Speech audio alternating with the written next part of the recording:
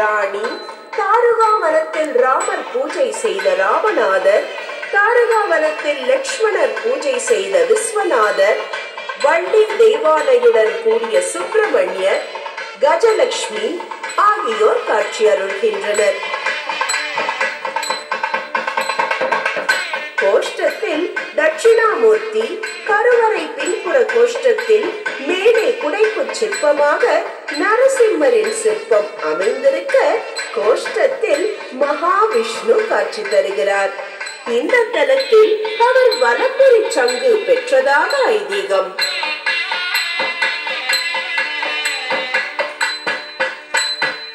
வடக்கு பிராகாரத்தில் பிரம்மா, துர்கை ஆகியோரும் காட்சி அருள்கின்றனர். தொடர்ந்து பைரவர், சனீஸ்வரர் ஆகியோரையும் தரிசிக்கிறோம்.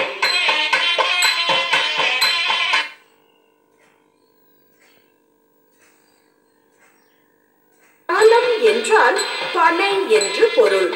பிராகாரத்தில் தல விருட்சமாக பனை மரம் உயர்ந்து வளர்ந்திருப்பதை காண்கிறோம். வடக்கு பிராகாரத்தில் நாகலிங்க மரமும் திருவோடு மரமும் அடர்த்தியாக வளர்ந்திருப்பதை காணலாம்.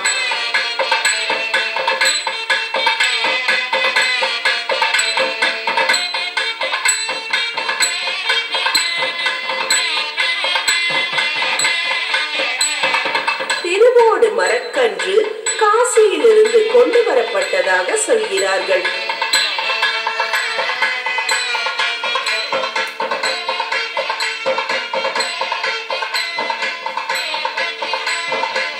நந்தி மண்டபத்தை கடந்து இறைவனின் சந்நிதிக்கு செல்கிறோம். சந்நிதிக்கு முன்புள்ள மண்டபத்தில் திருக்கரத்தில் வீணை ஏந்திய பிட்சாடனர் காட்சி அருள்கிறார். தாருகாவனத்து ரிஷிகளுக்கு ஏற்பட்ட அகந்தையை அடக்குவதற்காக அழகிய திருமேனியராக எழுந்தருளி கோலத்தில் இருக்கும் இந்த கோயிலில் பிட்சாடனர் எழுந்தருளி இருக்கிறார். இவரை அர்த்தநாரீஸ்வர பிட்சாடனர் என்றும் அழைக்கின்றனர்.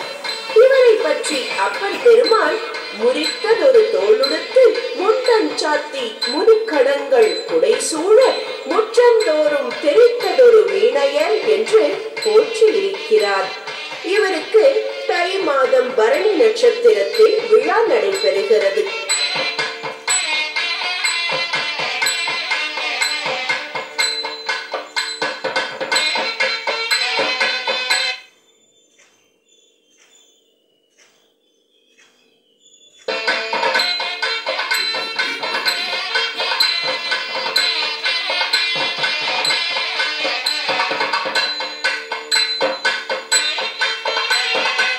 இப்போது வலம்புரநாதரை தரிசிக்க செல்கிறோம்.